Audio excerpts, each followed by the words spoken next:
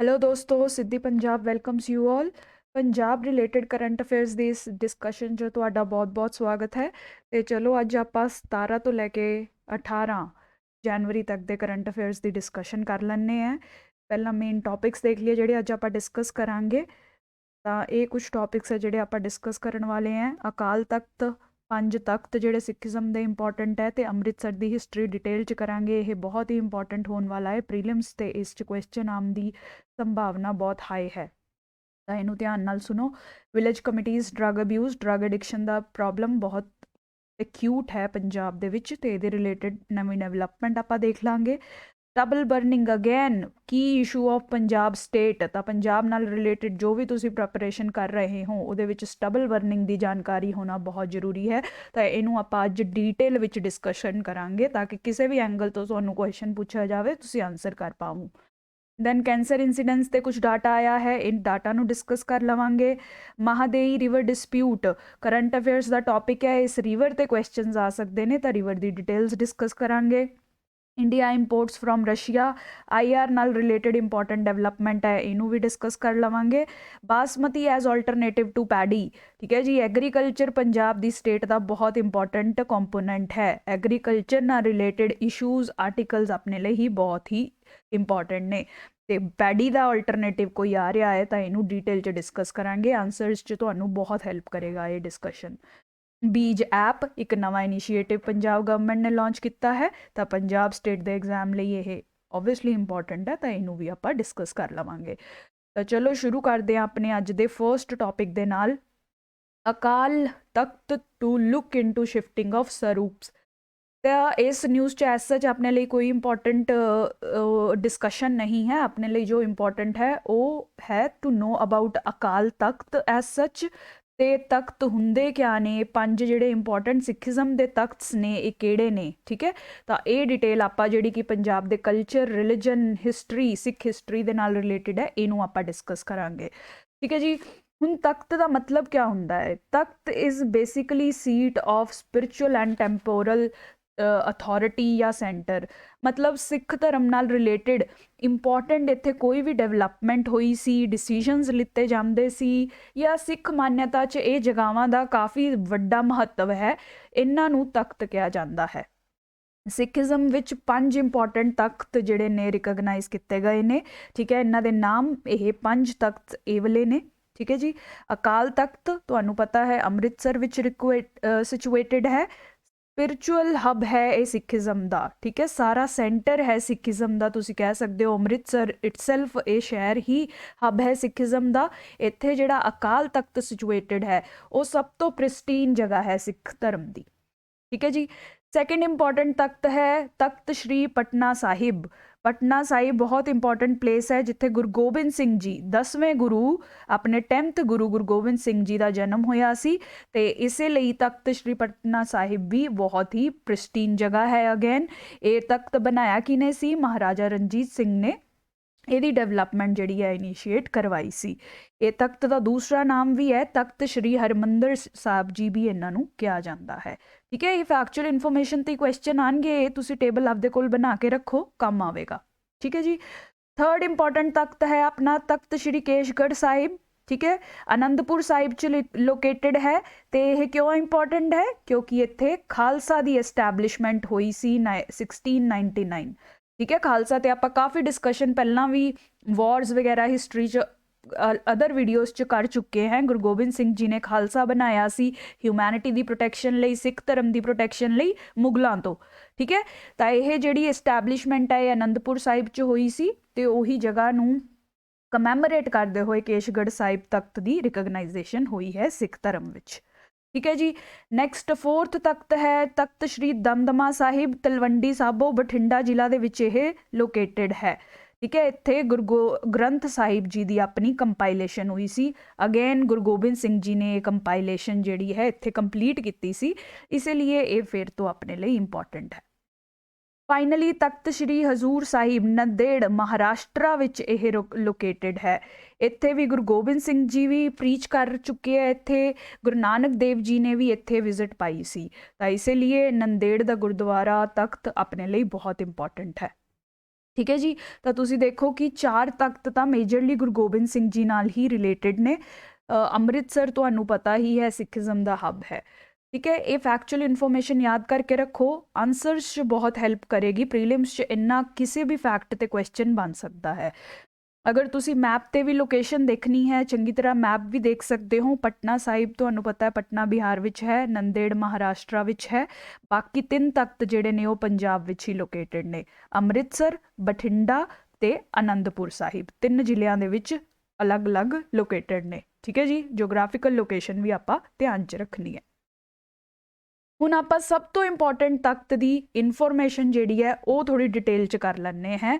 ਅਕਾਲ ਤਖਤ ਜਿਹੜਾ ਕਿ ਅੰਮ੍ਰਿਤਸਰ ਵਿੱਚ ਲੋਕੇਟਡ ਹੈ, ਇਹਦੀ ਇਨਫੋਰਮੇਸ਼ਨ ਅੱਜ ਆਪਾਂ ਡਿਟੇਲ ਵਿੱਚ ਡਿਸਕਸ ਕਰ ਲੈਂਦੇ ਹਾਂ।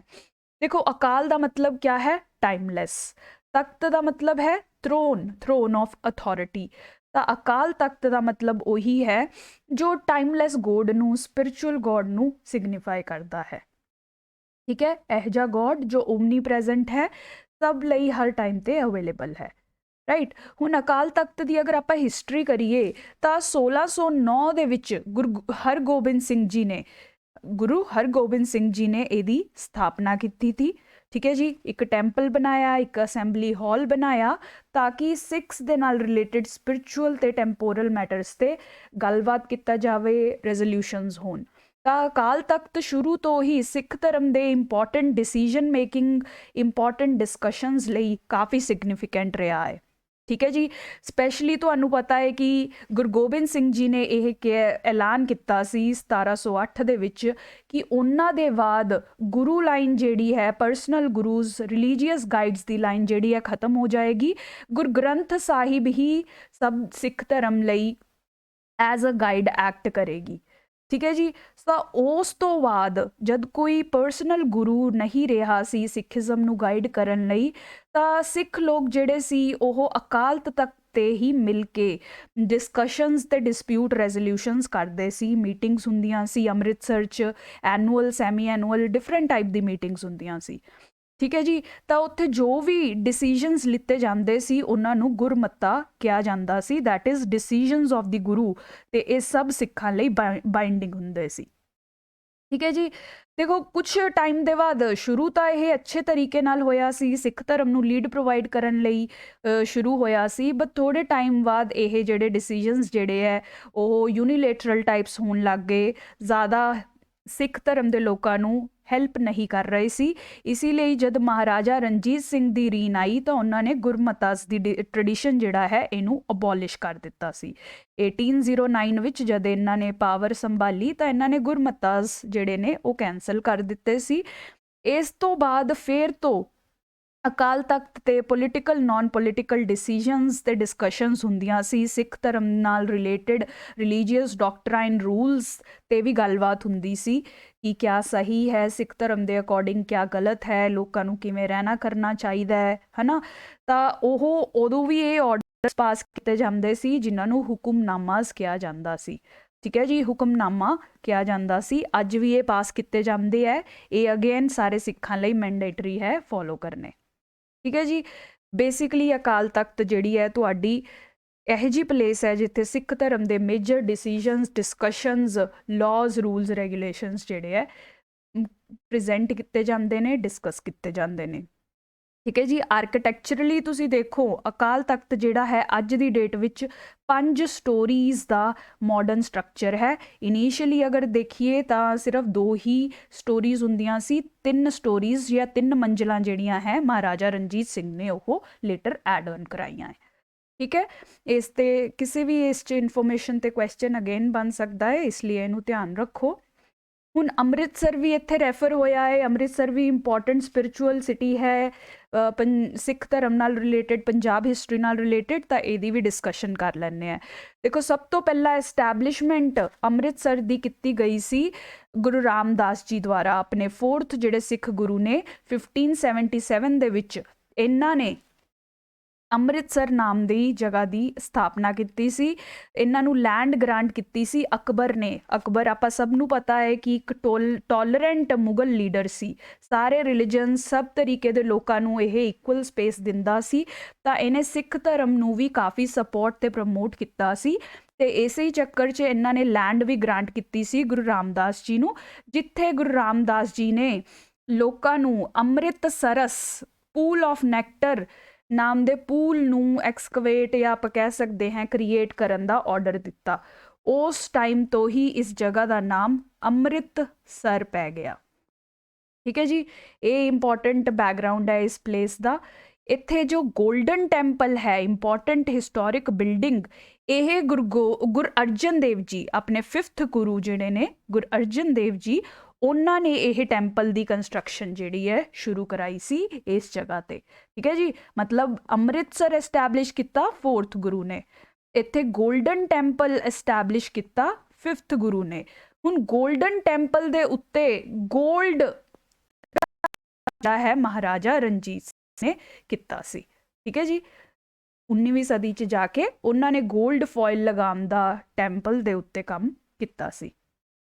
ਠੀਕ ਹੈ, ਇਸ ਤਰੀਕੇ ਨਾਲ ਇਸ ਜਗ੍ਹਾ ਦੀ, ਇਸ ਪਲੇਸ ਦੀ, ਗੋਲਡਨ ਟੈਂਪਲ ਦੀ ਸਿਗਨੀਫਿਕੈਂਸ ਜਿਹੜੀ ਹੈ ਓਵਰ ਦਾ ਈਅਰਸ ਵੱਧਦੀ ਗਈ। ਐਂਡ ਫਾਈਨਲੀ ਬ੍ਰਿਟਿਸ਼ ਨੇ ਪੰਜਾਬ ਨੂੰ ਅਨੈਕਸ ਕਰ ਲਿਆ ਸੀ, ਪੰਜਾਬ ਦੇ ਉੱਤੇ ਉਹਨਾਂ ਦਾ ਰੂਲ ਸੀ, ਇਸ ਲਈ ਅੰਮ੍ਰਿਤਸਰ ਤੇ ਗੋਲਡਨ ਟੈਂਪਲ ਵੀ ਬ੍ਰਿਟਿਸ਼ ਦੇ ਅੰਡਰ ਆ ਗਏ ਸੀ। ਬਟ ਅੰਮ੍ਰਿਤਸਰ ਦੇਖੋ ਬਹੁਤ ਹੀ ਇੰਪੋਰਟੈਂਟ ਸਪਿਰਿਚੁਅਲ ਸੈਂਟਰ ਹੈ ਪੂਰੇ ਪੰਜਾਬ ਦੇ ਲਈ, ਰਾਈਟ। ਇਸ ਲਈ ਆਪਾਂ ਨੂੰ ਇਹ ਹਿਸਟਰੀ ਪਤਾ ਹੋਣੀ ਚਾਹੀਦੀ ਹੈ, ਕਿਹੜੇ ਕਿਹੜੇ ਗੋਡਸ ਗੁਰੂਜ਼ ਜਿਹੜੇ ਨੇ ਇਸ ਸਿਟੀ ਨਾਲ ਰਿਲੇਟਡ ਨੇ, ਇਸ ਸਿਟੀ ਦੀ ਡਿਵੈਲਪਮੈਂਟ ਨਾਲ ਰਿਲੇਟਡ ਨੇ। ਤਾਂ ਇਸ ਲਈ ਇਹ ਇਨਫੋਰਮੇਸ਼ਨ ਜਿਹੜੀ ਹੈ ਯਾਦ ਕਰਨ ਦੀ ਕੋਸ਼ਿਸ਼ ਕਰੋ। ਠੀਕ ਹੈ ਜੀ, ਹੁਣ ਨੈਕਸਟ ਇੰਪੋਰਟੈਂਟ ਟੌਪਿਕ ਕਰ ਲੈਂਦੇ हैं, village committees set up to keep village on vigil on narcotic smuggling. ਤਾਂ ਤੁਹਾਨੂੰ ਪਤਾ ਹੈ ਡਰੱਗ ਦਾ ਟੌਪਿਕ ਆਪਾਂ ਆਲਰੇਡੀ ਕਰ ਚੁੱਕੇ ਹਾਂ। ਜਿਹੜੇ ਬੱਚਿਆਂ ਨੇ ਨਹੀਂ ਸੁਣਿਆ 10th ਜਨਵਰੀ ਦੀ ਡਿਸਕਸ਼ਨ 'ਚ ਜਾ ਕੇ ਦੇਖੋ, ਇਹਨੂੰ ਡੀਟੇਲ ਵਿੱਚ ਡਿਸਕਸ ਕਰ ਚੁੱਕੇ ਹਾਂ। ਸਾਰਾ ਡਾਟਾ, ਸਟੈਟਿਸਟਿਕਸ, ਇਹਦੇ ਰੀਜ਼ਨਸ, ਇਹਦੇ ਵੇਜ਼ ਆਊਟ ਆਪਾਂ ਕਰ ਚੁੱਕੇ ਨੇ। ਇੱਥੇ ਹੁਣ ਨਿਊਜ਼ 'ਚ ਇੱਕ ਨਵਾਂ ਇਨੀਸ਼ੀਏਟਿਵ ਜਿਹੜਾ ਗਵਰਨਮੈਂਟ ਨੇ ਲਿੱਤਾ ਹੈ ਉਹ ਪ੍ਰੈਜ਼ੈਂਟ ਕੀਤਾ ਗਿਆ ਹੈ। ਤਾਂ ਇਹਨੂੰ ਤੁਸੀਂ ਆਨਸਰਸ 'ਚ ਲਿਖ ਸਕਦੇ ਹੋ। ਗਵਰਨਮੈਂਟ ਕਿਆ ਕਰ ਰਹੀ ਹੈ, ਹੁਣ ਬਾਰਡਰ ਦੇ ਉੱਤੇ ਵਿਲੇਜ ਕਮੇਟੀਜ਼ ਬਣਾ ਰਹੀ ਹੈ। ਠੀਕ ਹੈ, ਤੁਹਾਨੂੰ ਪਤਾ ਹੀ ਹੈ ਇੰਡੀਆ ਪਾਕਿਸਤਾਨ ਦੇ ਬਾਰਡਰ ਤੇ ਕਾਫੀ ਸਾਰੇ ਵਿਲੇजेस ਜਿਹੜੇ ਆ ਐਸਟੈਬਲਿਸ਼ਡ ਨੇ। ਇਹ ਵਿਲੇजेस ਦੇ ਲੋਕਾਂ ਨੂੰ ਹੀ ਡਰੱਗਸ ਨਾਲ ਐਕਸਪਲੋਇਟ ਕੀਤਾ ਜਾ ਰਿਹਾ ਹੈ। ਹੁਣ ਗਵਰਨਮੈਂਟ ਕੀ ਕਰ ਰਹੀ ਹੈ, ਇਹ ਵਿਲੇਜ ਦੇ ਵਿੱਚ ਐਲਡਰਸ ਦਾ, ਪੜ੍ਹੇ ਲਿਖੇ ਲੋਕਾਂ ਦਾ, ਪੰਚਾਇਤ ਦੇ ਲੋਕਾਂ ਦਾ, ਵਿਮਨ ਦਾ, ਠੀਕ ਹੈ, ਇਹਨਾਂ ਦੀ ਗਰੁੱਪਸ ਬਣਾ ਰਹੀ ਹੈ, ਵਿਲੇਜ ਕਮੇਟੀਜ਼ ਬਣਾ ਰਹੀ ਹੈ, ਤਾਂ ਕਿ ਇਹ ਧਿਆਨ ਰੱਖ ਸਕਣ ਡਰੱਗ ਦੀ ਪੂਰੀ ਐਕਟੀਵਿਟੀ ਦਾ ਹੈਪਨਿੰਗ ਇਨ ਦੈਟ ਵਿਲੇਜ। ਤਾਂ ਆ ਲੋਕ ਹੀ ਨਿਗਰਾਨੀ ਰੱਖਣਗੇ ਆਪਦੇ ਖੁਦ ਦੇ ਵਿਲੇਜ ਦੇ ਲੋਕਾਂ ਦੀ।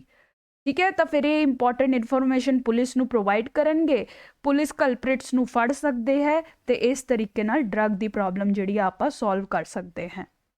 ਠੀਕ ਹੈ ਜੀ, ਇਸੇ ਲਈ ਜਿੰਨੇ ਵੀ ਡਰੋਨ ਦੇ ਥਰੂ ਜਾਂ ਕਿਸੇ ਵੀ ਤਰੀਕੇ ਨਾਲ ਪਾਕਿਸਤਾਨ ਸਾਡੇ ਬਾਰਡਰ ਵੱਲ ਡਰੱਗਸ ਤੇ ਵੈਪਨਸ ਸਿੱਟਣ ਦੀ ਕੋਸ਼ਿਸ਼ ਕਰ ਰਿਹਾ ਹੈ, ਇਹ ਵਿਲੇਜ ਕਮੇਟੀਜ਼ ਜਿਹੜੀਆਂ ਹੈ ਇਹ ਹੁਣ ਪੁਲਿਸ ਦੀ ਹੈਲਪ ਕਰਨਗੀਆਂ ਇਹ ਡਰੱਗਸ ਦੀ ਪ੍ਰੋਬਲਮਸ, ਵੈਪਨਸ ਦੀ ਪ੍ਰੋਬਲਮ ਨੂੰ ਸੋਲਵ ਕਰਨ ਲਈ। ਠੀਕ ਹੈ, ਇਹ ਬਹੁਤ ਇੰਪੋਰਟੈਂਟ ਇਨੀਸ਼ੀਏਟਿਵ ਹੈ, ਤੁਸੀਂ ਆਪਦੇ ਆਨਸਰਸ 'ਚ ਲਿਖ ਸਕਦੇ ਹੋ। ਡਰੱਗ ਟ੍ਰੈਫਿਕਿੰਗ ਨੂੰ ਫਾਈਟ ਕਰਨ ਲਈ ਪੰਜਾਬ ਗਵਰਨਮੈਂਟ ਨੇ ਬਹੁਤ ਸਾਰੇ ਸਟੈਪਸ ਲਿੱਤੇ ਹੈ, ਆਪਾਂ ਡਿਸਕਸ ਵੀ ਕਰ ਚੁੱਕੇ ਹਾਂ। ਆਊਟ ਪੇਸ਼ੈਂਟ ਸੈਂਟਰਸ ਬਣਾਏ ਗਏ ਨੇ, ਰੀਹੈਬ ਸੈਂਟਰਸ ਬਣਾਏ ਗਏ ਨੇ, ਡਰੱਗ ਅਬਿਊਜ਼ ਪ੍ਰੀਵੈਂਸ਼ਨ ਆਫਿਸਰਸ ਬਣਾਏ ਗਏ ਨੇ, ਬੜੀ ਪ੍ਰੋਗਰਾਮ ਲਾਂਚ ਕੀਤਾ ਗਿਆ ਹੈ ਨਾ ਜੀ, ਅਵੇਅਰਨੈਸ ਡਰਾਈਵਸ ਚੱਲ ਰਹੀਆਂ ਨੇ, ਵਾਲ ਪੇਂਟਿੰਗਸ ਵਗੈਰਾ ਚੱਲ ਰਹੀਆਂ ਨੇ।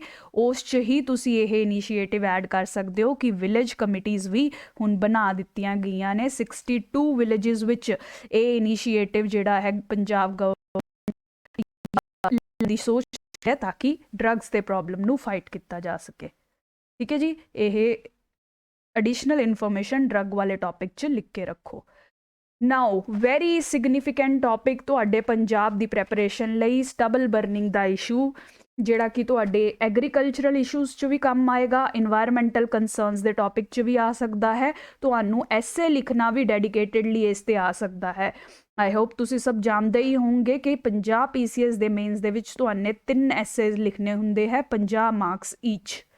ਠੀਕ ਹੈ ਜੀ, ਤੇ ਐਗਰੀਕਲਚਰ ਆਪਣੀ ਪੰਜਾਬ ਦੀ ਸਟੇਟ ਦਾ ਇੱਕ ਇੰਪੋਰਟੈਂਟ ਇਸ਼ੂ ਹੈ। ਇਹ ਤੇ ਐਸੇ ਹਰ ਸਾਲ ਇੱਕ ਐਸੇ ਤਾਂ ਐਟਲੀਸਟ ਆਉਂਦਾ ਹੀ ਹੈ, ਕਿਸੇ ਵੀ ਇਸ਼ੂ ਤੇ ਆ ਸਕਦਾ ਹੈ। ਸਟਬਲ ਬਰਨਿੰਗ ਵੀ ਉਸ 'ਚੋਂ ਇੱਕ ਇਸ਼ੂ ਹੋ ਸਕਦਾ ਹੈ। ਠੀਕ ਹੈ, ਹੁਣ ਸਭ ਤੋਂ ਪਹਿਲਾਂ ਦੇਖ ਲੈਂਦੇ ਹਾਂ ਸਟਬਲ ਹੁੰਦਾ ਕੀ ਹੈ। ਜਿਵੇਂ ਕਿ ਤੁਸੀਂ ਪਿਕਚਰ 'ਚ ਦੇਖ ਸਕਦੇ ਹੋ, ਪੈਡੀ ਜਿਹੜੀ ਤੁਹਾਡੀ ਰਾਈਸ ਦੀ ਫਸਲ ਹੈ ਉਹਦਾ ਜੋ ਰੈਜ਼ੀਡਿਊ ਬਚ ਜਾਂਦਾ ਹੈ, ਪੈਡੀ ਜਦੋਂ ਤੁਸੀਂ ਹਾਰਵੈਸਟ ਕਰ ਲੈਂਦੇ ਹੋ ਉਸ ਤੋਂ ਬਾਅਦ ਜੋ ਰੈਜ਼ੀਡਿਊ ਪਰਾਲੀ ਜਾਂ ਸਟਬਲ ਕਿਹਾ ਜਾਂਦਾ ਹੈ। ਠੀਕ ਹੈ ਜੀ। ਹੁਣ ਫਾਰਮਰਸ ਕਿਆ ਕਰ ਰਹੇ ਨੇ, ਇਹ ਸਟਬਲ ਨੂੰ ਮੈਨੂਅਲੀ ਐਕਸਟਰੈਕਟ ਕਰਨਾ ਕਾਫੀ ਐਕਸਪੈਂਸਿਵ ਹੈ, ਤਾਂ ਕਿਸਾਨ ਲਈ ਸਭ ਤੋਂ ਕੋਸਟ ਇਫੈਕਟਿਵ ਜਾਂ ਚੀਪ ਤੇ ਕੁਇਕ ਮੈਥਡ ਹੈਗਾ ਇਹਨੂੰ ਬਰਨ ਕਰ ਦੇਣਾ। ਤਾਂ ਇਸੇ ਲਈ ਜਿਵੇਂ ਤੁਸੀਂ ਪਿਕਚਰ 'ਚ ਦੇਖ ਰਹੇ ਹੋ ਇਹ ਸਭ ਤੋਂ ਈਜ਼ੀ ਸੋਲਿਊਸ਼ਨ ਮੰਨਿਆ ਜਾਂਦਾ ਹੈ ਫਾਰਮਰ ਦੁਆਰਾ। ਤਾਂ ਇਸੇ ਲਈ ਸਟਬਲ ਬਰਨਿੰਗ ਜਿਹੜੀ ਹੈ ਬਹੁਤ ਜ਼ਿਆਦਾ ਹੋ ਰਹੀ ਹੈ, specially Punjab, Haryana, UP, northern states ਦੇ ਵਿੱਚ। ਠੀਕ ਹੈ ਜੀ। ਹੁਣ ਰੀਜ਼ਨਸ ਡਿਟੇਲ ਆਪਾਂ ਚੈੱਕ ਕਰ ਲੈਂਦੇ ਹਾਂ ਕਿ ਕਿਉਂ ਇਹ ਬਰਨਿੰਗ ਦੀ ਪ੍ਰੋਬਲਮ ਇੰਨੀ ਜ਼ਿਆਦਾ ਹੈ, ਬਰਨਿੰਗ ਹੀ ਕਿਉਂ ਕੀਤੀ ਜਾਂਦੀ ਹੈ, ਕੋਈ ਹੋਰ ਆਲਟਰਨੇਟਿਵ ਕਿਉਂ ਨਹੀਂ ਹੈ। ਤਾਂ ਦੇਖੋ ਸਭ ਤੋਂ ਪਹਿਲਾ ਰੀਜ਼ਨ ਹੈ ਇਹਦਾ ਗ੍ਰੀਨ ਰੈਵੋਲਿਊਸ਼ਨ। ਗ੍ਰੀਨ ਰੈਵੋਲਿਊਸ਼ਨ ਦੇ ਕਰਕੇ ਕੀ ਹੋਇਆ, ਪੰਜਾਬ ਦੇ ਵਿੱਚ ਵੀਟ ਤੇ ਰਾਈਸ ਗਰੋਥ ਦਾ ਸਾਈਕਲ ਜਿਹੜਾ ਹੈ ਬਹੁਤ ਜ਼ਿਆਦਾ ਪ੍ਰੋਮੀਨੈਂਟ ਹੋ ਗਿਆ। ਗ੍ਰੀਨ ਰੈਵੋਲਿਊਸ਼ਨ ਦੇ ਵਿੱਚ ਇਹਨਾਂ ਕ੍ਰੌਪਸ ਦੇ ਲਈ MSP ਦਿੱਤੀ ਗਈ, ਇਹਨਾਂ ਕ੍ਰੌਪਸ ਲਈ ਹਾਈ ਯੀਲਡਿੰਗ ਵੈਰਾਈਟੀ ਸੀਡਸ ਵੀ ਦਿੱਤੇ ਗਏ। ਇਹ ਕ੍ਰੌਪਸ ਨੂੰ ਉਗਾਉਣ ਵਾਸਤੇ ਹਰ ਟਾਈਪ ਦੀ ਸਪੋਰਟ ਗਵਰਨਮੈਂਟ ਦੁਆਰਾ ਦਿੱਤੀ ਗਈ। ਤਾਂ ਹੁਣ ਕੀ ਹੋਇਆ, ਪੰਜਾਬ ਦੇ ਵਿੱਚ ਮੈਜੋਰਿਟੀ ਵੀਟ ਰਾਈਸ ਹੀ ਉਗਾਇਆ ਜਾਂਦਾ ਹੈ, ਮੈਜੋਰਿਟੀ ਪਲੇਸਿਸ ਤੇ ਬਹੁਤ ਹੀ ਘੱਟ ਕ੍ਰੌਪ ਡਾਇਵਰਸੀਫਿਕੇਸ਼ਨ ਪੰਜਾਬ ਵਿੱਚ ਦੇਖੀ ਜਾਂਦੀ ਹੈ। ਤੇ ਹੁਣ ਇਸ ਦੇ ਬਹੁਤ ਨੈਗੇਟਿਵ ਕੌਨਸੀਕੁਐਂਸਿਸ ਹੋਏ ਹੈ, ਸਪੈਸ਼ਲੀ ਰਾਈਸ ਗਰੋ ਕਰਨ ਨਾਲ ਤੁਹਾਡਾ ਵਾਟਰ ਟੇਬਲ ਜਿਹੜਾ ਹੈ, ਗਰਾਊਂਡ ਵਾਟਰ ਟੇਬਲ ਜਿਹੜਾ ਹੈ ਉਹ ਇਨਕਰੀਜ਼ਿੰਗਲੀ ਡਿਕਲਾਈਨ ਕਰ ਰਿਹਾ ਹੈ। ਠੀਕ ਹੈ ਜੀ। ਤਾਂ ਹੁਣ ਗਰਾਊਂਡ ਵਾਟਰ ਦੀ ਸਿਚੁਏਸ਼ਨ ਇੰਨੀ ਖਰਾਬ ਹੋ ਗਈ ਹੈ ਕਿ ਪੰਜਾਬ ਸਟੇਟ ਗਵਰਨਮੈਂਟ ਨੂੰ ਇਹ ਲਾਅ ਪਾਸ ਕਰਨਾ ਪਿਆ ਕਿ ਤੁਸੀਂ ਜੂਨ ਜੁਲਾਈ ਦੇ ਸੀਜ਼ਨ ਤੋਂ ਪਹਿਲਾਂ ਪੈਡੀ ਜਾਂ ਰਾਈਸ ਜਿਹੜੀ ਹੈ ਉਹ ਕਿਸਾਨ ਜਿਹੜਾ ਹੈ ਸੋ ਨਹੀਂ ਕਰ ਸਕਦਾ, ਉਹ ਬੀਜ ਨਹੀਂ ਸਕਦਾ। ਕਿਉਂਕਿ ਇਸ ਤੋਂ ਬਾਅਦ ਮੌਨਸੂਨ ਸ਼ੁਰੂ ਹੋਊਗਾ ਤਾਂ ਪੰਜਾਬ ਗਵਰਨਮੈਂਟ ਚਾਹ ਰਹੀ ਹੈ ਕਿ ਫਾਰਮਰ ਜਿਹੜਾ ਹੈ ਮੌਨਸੂਨ ਦਾ ਪਾਣੀ ਯੂਜ਼ ਕਰੇ, ਨਾ ਕਿ ਗਰਾਊਂਡ ਵਾਟਰ ਨੂੰ ਹੋਰ ਐਕਸਪਲੋਇਟ ਕਰੇ। ਤਾਂ ਇਸੇ ਲਈ ਇਹ ਰੂਲਸ ਦੇ ਕਰਕੇ ਹੁਣ ਕਿਸਾਨ ਜਿਹੜਾ ਹੈ ਜੂਨ ਜੁਲਾਈ ਤੋਂ ਪਹਿਲਾਂ ਰਾਈਸ ਨਹੀਂ ਉਗਾ ਪੈਂਦਾ ਤੇ ਕੌਨਸੀਕੁਐਂਟਲੀ ਉਹਦਾ ਹਾਰਵੈਸਟ ਸੀਜ਼ਨ ਜਿਹੜਾ ਹੈ ਅਕਤੂਬਰ ਨਵੰਬਰ ਤੱਕ ਪਹੁੰਚ ਜਾਂਦਾ ਹੈ। ਤਾਂ ਮਤਲਬ ਅਕਤੂਬਰ ਨਵੰਬਰ ਤੱਕ ਪੈਡੀ ਜਿਹੜਾ ਹੈ ਉਹ ਹਾਰਵੈਸਟ ਹੋਊਗਾ ਤੇ ਨਵੰਬਰ ਵਿੱਚ ਕਿਸਾਨ ਨੇ ਵੀਟ ਵੀ ਸੋ ਕਰਨੀ ਹੁੰਦੀ ਹੈ ਨੈਕਸਟ ਕ੍ਰੌਪ ਸਾਈਕਲ ਲਈ, ਇਸ ਤੋਂ ਡੀਲੇ ਨਹੀਂ ਕੀਤਾ ਜਾ ਸਕਦਾ। ਤਾਂ ਇਸੇ ਕਰਕੇ ਕਿਉਂਕਿ ਇੱਥੇ ਸਮੌਲ ਵਿੰਡੋ ਹੈ, ਸਮੌਲ ਟਾਈਮ ਹੈ ਕਿਸਾਨ ਕੋਲ ਪੈਡੀ ਕਲੀਅਰ ਕਰਕੇ ਵੀਟ ਸੋ ਕਰਨ ਦਾ, ਤਾਂ ਕੁਇਕੈਸਟ ਮੈਥਡ ਉਹਨਾਂ ਨੂੰ ਬਰਨਿੰਗ ਹੀ ਲੱਗਦਾ ਹੈ। ਰਾਈਟ। ਤਾਂ ਗ੍ਰੀਨ ਰੈਵੋਲਿਊਸ਼ਨ ਨੇ ਜਿਹੜਾ ਪਾਣੀ ਦੀ ਸਿਚੁਏਸ਼ਨ ਪੰਜਾਬ ਵਿੱਚ ਖਰਾਬ ਕੀਤੀ ਹੈ ਉਹਦੇ ਕਰਕੇ ਹੁਣ ਅੱਜ ਆਪਾਂ ਸਟਬਲ ਬਰਨਿੰਗ ਦੀ ਪ੍ਰੋਬਲਮ ਵੀ ਦੇਖ ਰਹੇ ਹਾਂ। ਠੀਕ ਹੈ ਜੀ। ਥੋੜਾ ਕੰਪਲੈਕਸ ਲੱਗ ਸਕਦਾ ਤੁਹਾਨੂੰ, ਥੋੜਾ ਇੱਕ ਵਾਰ ਹੋਰ ਇਹ ਸੁਣੋ ਜੋ ਵੀ ਮੈंने ਐਕਸਪਲੇਨ ਕੀਤਾ, ਇਹਨੂੰ ਬੈਕ ਜਾ ਕੇ ਤੁਹਾਨੂੰ ਕਹਾਣੀ ਜਿਹੜੀ ਹੈ ਸਮਝ ਆ ਜਾਏਗੀ। ਠੀਕ ਹੈ। ਇਹ ਪਹਿਲਾ ਰੀਜ਼ਨ ਹੈ ਕਿ ਸਟਬਲ ਬਰਨਿੰਗ ਦਾ ਇਸ਼ੂ ਇੰਨਾ ਜ਼ਿਆਦਾ ਪ੍ਰੋਮੀਨੈਂਟ ਪੰਜਾਬ, ਹਰਿਆਣਾ ਵਰਗੀ ਜਗ੍ਹਾਵਾਂ ਤੇ ਹੋਇਆ ਪਿਆ ਹੈ। ਰਾਈਟ। ਤਾਂ ਇਹੀ ਟਾਈਮ ਜਿਹੜਾ ਹੈ ਬਹੁਤ ਘੱਟ ਹੁੰਦਾ ਹੈ ਪੈਡੀ ਨੂੰ ਹਾਰਵੈਸਟ ਕਰਨ ਦੇ ਵਿੱਚ ਤੇ ਵੀਟ ਨੂੰ ਸੋ ਕਰਨ ਦੇ ਵਿੱਚ। ਇਸੇ ਲਈ ਜਿਹੜਾ ਹੈ ਪੰਜਾਬ ਦੇ ਫਾਰਮਰ ਬਰਨਿੰਗ ਦਾ ਆਪਸ਼ਨ ਜਿਹੜਾ ਹੈ ਇਹਨੂੰ ਅਪਣਾ ਰਹੇ ਨੇ। ਰਾਈਟ। ਹੁਣ ਦੂਸਰੀ ਗੱਲ ਹੈ ਕਿ ਲੇਬਰ ਵੀ ਬਹੁਤ ਮਹਿੰਗੀ ਹੈ। ਮਕੈਨਿਕਲੀ ਇਹਨੂੰ ਕੱਟਿਆ ਜਾ ਸਕਦਾ ਹੈ, ਇਹ ਹੋ ਸਕਦਾ ਹੈ ਕਿ ਆਪਾਂ ਬਰਨ ਨਾ ਕਰੀਏ, ਬਰਨ ਕਰਨ ਦੀ ਜਗ੍ਹਾ ਆਪਾਂ ਇਹਨੂੰ ਮਕੈਨਿਕਲੀ ਲੇਬਰ ਦੇ ਥਰੂ ਇਹਨੂੰ ਰਿਮੂਵ ਕੀਤਾ ਜਾਵੇ, ਕੱਟਿਆ ਜਾਵੇ। ਬਟ ਅਗੇਨ ਲੇਬਰ ਬਹੁਤ ਮਹਿੰਗੀ ਹੈ, ਟਾਈਮ ਘੱਟ ਹੈ। ਤਾਂ ਇਸੇ ਲਈ ਇਹਨਾਂ ਦੋਨਾਂ ਕਾਰਨਾਂ ਕਰਕੇ ਆਪਾਂ ਜਿਹੜੀ ਸਟਬਲ ਬਰਨਿੰਗ ਦਾ ਇਸ਼ੂ ਜਿਹੜਾ ਹੈ ਪ੍ਰੋਮੀਨੈਂਟਲੀ ਦੇਖ ਰਹੇ ਹਾਂ। ਰਾਈਟ। ਇਹ ਮੇਜਰ ਰੀਜ਼ਨਸ ਨੇ ਕਿ ਸਟਬਲ ਬਰਨਿੰਗ ਇੰਨੀ ਜ਼ਿਆਦਾ ਅੱਜ ਦੇ ਟਾਈਮ ਵਿੱਚ ਵੱਧ ਚੁੱਕੀ ਹੈ। ਨਾਓ ਇਹ ਸਟਬਲ ਬਰਨਿੰਗ ਦੇ ਕਾਰਨ ਬਹੁਤ ਸਾਰੇ ਇਸ਼ੂਜ਼ ਜਿਹੜੇ ਹੈ ਪੰਜਾਬ ਦੀ ਐਗਰੀਕਲਚਰ ਨੂੰ ਫੇਸ ਕਰਨੇ ਪੈ ਰਹੇ ਨੇ। ਬਹੁਤ ਸਾਰੇ ਇਸ਼ੂਜ਼ ਜਿਹੜੇ ਆ ਪੰਜਾਬ ਦੀ ਐਗਰੀਕਲਚਰ ਨੂੰ ਫੇਸ ਕਰਨੇ ਪੈ ਰਹੇ ਨੇ, ਉਹਨਾਂ ਨੂੰ ਆਪਾਂ ਇੱਕ ਇੱਕ ਕਰਕੇ ਡਿਸਕਸ ਕਰਾਂਗੇ। ਸਭ ਤੋਂ ਪਹਿਲਾਂ ਤਾਂ ਦੇਖੋ ਸੋਇਲ ਦੀ ਹੈਲਥ ਤੇ ਕਾਫੀ ਇੰਪੈਕਟ ਹੋ ਰਿਹਾ ਹੈ। ਜਦੋਂ ਤੁਸੀਂ ਪਰਾਲੀ ਸਾੜਦੇ ਹੋ ਤਾਂ ਸੋਇਲ ਦਾ ਟੈਂਪਰੇਚਰ ਜਿਹੜਾ ਹੈ ਕਾਫੀ ਵੱਧ ਜਾਂਦਾ ਹੈ, ਜਿਹਦੇ ਕਰਕੇ ਸੋਇਲ ਦੇ ਵਿੱਚ ਜਿਹੜੇ ਹੈਲਦੀ ਮਾਈਕਰੋ ਆਰਗੈਨਿਜ਼ਮਸ ਨੇ, ਅਰਥਵਰਮਸ ਵਗੈਰਾ, ਸੋਇਲ ਦੀ ਹੈਲਥ ਲਈ ਬਹੁਤ ਇੰਪੋਰਟੈਂਟ ਹੈ। ਜਿਵੇਂ ਆਪਣੇ ਹਿਊਮਨ ਗਟ ਵਿੱਚ ਵੀ ਬਹੁਤ ਸਾਰੇ ਗੁੱਡ ਜਾਂ ਫਰੈਂਡਲੀ ਮਾਈਕਰੋ ਆਰਗੈਨਿਜ਼ਮਸ ਹੁੰਦੇ ਨੇ, ਜਿਨ੍ਹਾਂ ਦਾ ਜੀਵਿਤ ਰਹਿਣਾ ਆਪਣੀ ਹੈਲਥ ਲਈ ਇੰਪੋਰਟੈਂਟ ਹੈ। ਇਸੇ ਤਰ੍ਹਾਂ ਸੋਇਲ ਦੀ ਹੈਲਥ ਲਈ ਇਹ ਗੁੱਡ ਮਾਈਕਰੋ ਆਰਗੈਨਿਜ਼ਮਸ ਬਹੁਤ ਇੰਪੋਰਟੈਂਟ ਹੈ, ਜਿਹੜੇ ਕਿ ਜਲਾਨ ਨਾਲ ਖਤਮ ਹੋ ਜਾਂਦੇ ਹੈ। ਸੋਇਲ ਦੇ ਵਿੱਚ ਹੋਰ ਵੀ ਜਿਹੜੇ ਮਿਨਰਲ ਰਿਸੋਰਸਿਸ ਹੁੰਦੇ ਨੇ, ਨਾਈਟ੍ਰੋਜਨ, ਫਾਸਫਰਸ, ਸਲਫਰ ਐਟਸੈਟਰਾ, ਉਹ ਵੀ ਸਭ ਡਿਸਟਰੋਏ ਹੋ ਜਾਂਦੇ ਹੈ। ਤਾਂ ਅਲਟੀਮੇਟਲੀ ਤੁਸੀਂ ਸਟਬਲ ਬਰਨ ਤਾਂ ਕਰ ਹੀ ਰਹੇ ਹੋ, green house gases, air pollution ਤਾਂ ਕਰ ਹੀ ਰਹੇ ਹੋ, ਨਾਲ ਦੇ ਨਾਲ ਸੋਇਲ ਦੀ ਫਰਟੀਲਿਟੀ ਵੀ ਖਤਮ ਕਰ ਰਹੇ ਹੋ। ਠੀਕ ਹੈ ਜੀ। ਤਾਂ ਸਟਬਲ ਬਰਨਿੰਗ ਦੇ ਨਾਲ ਤੁਸੀਂ 에ਅਰ ਪੋਲਿਊਸ਼ਨ ਨੂੰ ਵੀ ਕੰਟਰੀਬਿਊਟ ਕਰ ਰਹੇ ਹੋ। ਠੀਕ ਹੈ ਜੀ। ਨੈਕਸਟ ਇਸ਼ੂ ਹੈ ਕਿ ਇਹਦੇ ਕਰਕੇ ਫਰਟੀਲਾਈਜੇਸ਼ਨ ਕਾਸਟ ਵੀ ਵੱਧ ਜਾਂਦੀ ਹੈ, ਕਿਉਂਕਿ ਹੁਣ ਦੇਖੋ ਸੋਇਲ ਦੀ ਹੈਲਥ ਜਿਹੜੀ ਹੈ ਡਿਗਰੇਡ ਹੋ ਰਹੀ ਹੈ, ਤਾਂ ਹੁਣ ਤੁਸੀਂ ਉਸ 'ਚ ਕ੍ਰੌਪ ਉਗਾਉਣ ਲਈ ਤੁਹਾਨੂੰ ਹੋਰ ਫਰਟੀਲਾਈਜ਼ਰ ਜਿਹੜੇ ਆ ਅਪਲਾਈ ਕਰਨੇ ਪੈਣਗੇ, ਤਾਂ ਕਿ ਸੋਇਲ ਨੂੰ ਫਰਟੀਲਿਟੀ ਵਾਪਸ ਦਿੱਤੀ ਜਾ ਸਕੇ। ਠੀਕ ਹੈ, ਪਹਿਲਾਂ ਤੁਸੀਂ ਸੋਇਲ ਦੀ ਫਰਟੀਲਿਟੀ ਖਤਮ ਕਰ ਰਹੇ ਹੋ ਸਟਬਲ ਬਰਨ ਕਰਕੇ, ਫਿਰ ਤੁਸੀਂ ਪੈਸੇ ਲਾ ਕੇ ਉਸ 'ਚ ਫਰਟੀਲਾਈਜੇਸ਼ਨ ਇਨਕਰੀਜ਼ ਕਰਨੀ ਪੈ ਰਹੀ ਹੈ ਤੁਹਾਨੂੰ। ਠੀਕ ਹੈ ਜੀ। ਹੁਣ ਇਹ ਫਰਟੀਲਾਈਜ਼ਰਸ ਦੇਖੋ ਬਹੁਤ ਜ਼ਿਆਦਾ ਇੰਪੋਰਟ ਹੁੰਦੇ ਨੇ, ਇੰਡੀਆ ਕੋਲ ਇੰਡੀਜੀਨੀਅਸ ਇੰਨੀ ਕਪੈਸਿਟੀ ਨਹੀਂ ਹੈ, ਆਪਾਂ ਬਹੁਤ ਫਰਟੀਲਾਈਜ਼ਰਸ ਇੰਪੋਰਟ ਕਰਦੇ ਹਾਂ। ਤਾਂ ਮਤਲਬ ਇਹ ਹੈ ਫਰਟੀਲਾਈਜੇਸ਼ਨ ਇਨਕਰੀਜ਼ ਹੋਣ ਕਰਕੇ ਤੁਹਾਡਾ ਇੰਪੋਰਟ ਬਿੱਲ ਵੀ ਵੱਧ ਰਿਹਾ ਹੈ, ਮਤਲਬ ਤੁਹਾਡਾ ਫੋਰੈਕਸ ਰਿਜ਼ਰਵਸ ਕੰਜ਼ਿਊਮ ਹੋ ਰਿਹਾ ਹੈ, ਤੁਹਾਡਾ ਕਰੰਟ ਅਕਾਊਂਟ ਡੈਫਿਸਿਟ ਜਿਹੜਾ ਹੈ ਉਹ ਵੀ ਡਿਸਟਰਬ ਹੋ ਰਿਹਾ ਹੈ, ਉਹ ਵੀ ਵੱਧ ਰਿਹਾ ਹੈ। ਠੀਕ ਹੈ, ਮਤਲਬ ਇੰਟਰਨੈਸ਼ਨਲ ਲੈਵਲ ਤੇ ਵੀ ਇਹ ਆਪਣੇ ਤੇ ਇੰਪਲੀਕੇਸ਼ਨ ਹੈ, ਫਾਈਨੈਂਸ਼ੀਅਲ ਲੈਵਲ ਤੇ ਆਪਣੇ ਤੇ ਇੰਪਲੀਕੇਸ਼ਨ ਹੈ। ਠੀਕ ਹੈ ਜੀ। ਉਸ ਤੋਂ ਬਾਅਦ ਗਵਰਨਮੈਂਟ ਕਿੰਨੀ ਸਬਸਿਡੀਜ਼ ਦਿੰਦੀ ਹੈ ਇਹ ਫਰਟੀਲਾਈਜ਼ਰਸ ਲਈ, ਈਵਨ ਸਟਬਲ ਬਰਨਿੰਗ ਲਈ। ਤਾਂ ਮਤਲਬ ਸਟੇਟ ਦੀ ਫਾਈਨੈਂਸ਼ੀਅਲ ਕੰਡੀਸ਼ਨ ਵੀ ਇੰਪੈਕਟ ਹੋ ਰਹੀ ਹੈ, ਸਬਸਿਡੀ ਬਰਡਨ ਜਿਹੜਾ ਹੈ ਉਹ ਵੀ ਗਵਰਨਮੈਂਟ ਤੇ ਇਸ ਪ੍ਰੈਕਟਿਸ ਨਾਲ ਵੱਧ ਰਿਹਾ ਹੈ। ਰਾਈਟ। ਹੁਣ ਅੱਗੇ ਦੇਖੋ ਫਾਰਮਰ ਦੀ ਖੁਦ ਦੀ ਹੈਲਥ ਤੇ ਵੀ ਕਾਫੀ ਇਸ਼ੂ ਆਉਂਦਾ ਹੈ। ਫਾਰਮਰ ਜਦ ਪਰਾਲੀ ਸਾੜ ਰਹੇ ਨੇ, ਉਹਦੇ ਆਸ-ਪਾਸ ਹੀ ਰਹਿੰਦੇ ਨੇ, ਤਾਂ ਬਹੁਤ ਸਾਰੇ ਹੈਲਥ ਇਸ਼ੂਜ਼ ਅਰਾਈਜ਼ ਹੋ ਜਾਂਦੇ ਨੇ। Eye irritation, throat irritation, nose irritation, different kind of health impacts are reported in the region. ਤਾਂ ਫਾਰਮਰ ਦੀ ਹੈਲਥ ਤੇ ਇੰਪੈਕਟ ਹੁੰਦਾ ਹੈ, ਫਾਰਮਰ ਦੀ ਸੋਇਲ ਤੇ ਵੀ ਇੰਪੈਕਟ ਹੋ ਰਿਹਾ ਹੈ। ਠੀਕ ਹੈ ਜੀ, ਜਿਵੇਂ ਆਪਾਂ ਇੱਥੇ ਡਿਸਕਸ ਕੀਤਾ। ਰਾਈਟ।